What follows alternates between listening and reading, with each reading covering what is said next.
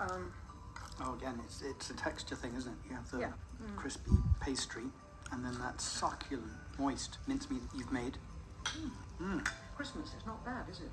I feel like Christmas has now arrived. Thanks very much, Sheila. Merry Christmas. Merry Christmas, then. And Merry Christmas to all our listeners. To all our listeners from all the food programme team. And if only we did live like York and Wise, all in one big happy house together. Imagine all the food we'd cook and eat. All four presenters. Yeah. Layla, Jaga.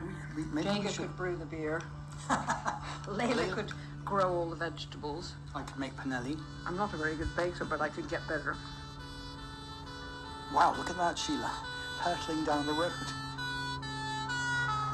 He's not going to sell much ice cream going at that speed, is he?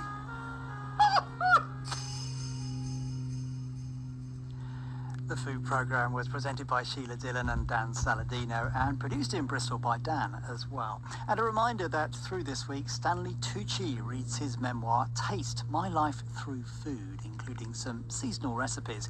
And that continues at 9:45 tomorrow morning. I'm Mark Kermode. And I'm Eleni Jones. And in a Christmas-themed screenshot, we'll be lassoing the moon and giving angels their wings as we unwrap It's a Wonderful Life. Aided by our own guardian angel, Christopher Clarence Frayling. Up till then, snow was dyed cornflakes. So they came up with this extraordinary way of Dyed making cornflakes. Dyed cornflakes, afraid so. And as no one is a failure who has friends, Gillian Anderson and Greg Proops share with us their festive favourites. Die Hard is my Christmas classic. Screenshot on Christmas Eve at 7:15. On Radio 4 and BBC Sounds. I'll never view cornflakes in quite the same way. Over the centuries, composers have created musical masterpieces that many listeners have come to regard as spiritual touchstones. After the news, the composer Sir James Macmillan considers the faith that inspired one Mozart.